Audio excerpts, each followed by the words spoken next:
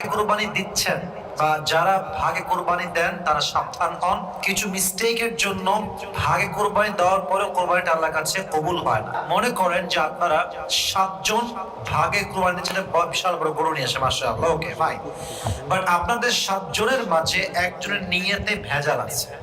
তার নিয়ত হচ্ছে লৌকিকতা, শো অফ, তার নিয়তটা ইখলাসের সাথে নয়, তাহলে কিন্তু আপনার কোরবানিটা বাতিল হয়ে যাবে, কোরবানিটার সওয়াব থাকবে না। যুবক ভাইয়েরা, যখন ভাগে দিচ্ছেন 7 জনকে নিয়ে বসেন যে প্রিয় ভাইয়েরা আমার, আমরা যারা কোরবানি দিচ্ছি আমাদের উদ্দেশ্য শো অফ নয়, লোক দেখানো নয়, আমরা কোরবানি দিচ্ছি 1 সপ্তাহের জন্য। আওয়াজ দিয়ে বলেন তো তিনি কে? আমাদের উদ্দেশ্য একমাত্র আল্লাহ তাআলার সন্তুষ্টি অর্জন করা।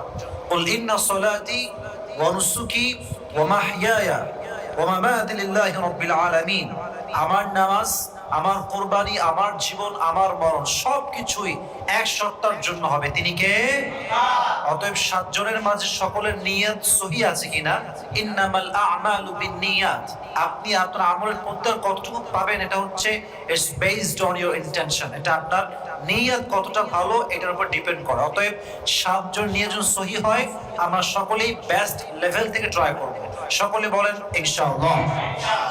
2 নাম্বার, যে মিস্টেকের জন্য ভাগে কোরবানি নষ্ট হয়ে যায়, সওয়াব বাতিল হয়ে যায়, তার সবচেয়ে বড় কারণ হচ্ছে আপনি 7 জন মিলে কোরবানি দিচ্ছেন, একজন ভাগীদারের টাকা হচ্ছে সুদের টাকা বা ঘুষের টাকা বা হারাম কামাইয়ের টাকা, ডাকাতির টাকা, চুরির টাকা। একজনের হারাম টাকা ঢুকলেই সবার কোরবানি বাতিল হয়ে যাবে। নাউজুবিল্লাহ বলবেন না আপনার সবাই? অতএব দেখবেন যার সাথে আপনি ভাই কোরবানি দিচ্ছেন সে কোন জব করে, তার ইনকামের মূল সোর্স কি, সে কি হারামে দিচ্ছে না হালালে দিচ্ছে।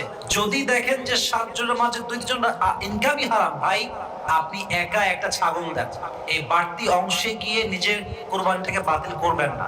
আর আমাদের সবাইকে শরীক যখন আমরা কোরবানি দিব, ভাগে যখন দিব, আমাদের সবাইকে হালাল ভাবে দেওয়ার তৌফিক দান করুক। সকলেই আমরা মন করে পড়ছি আমিন।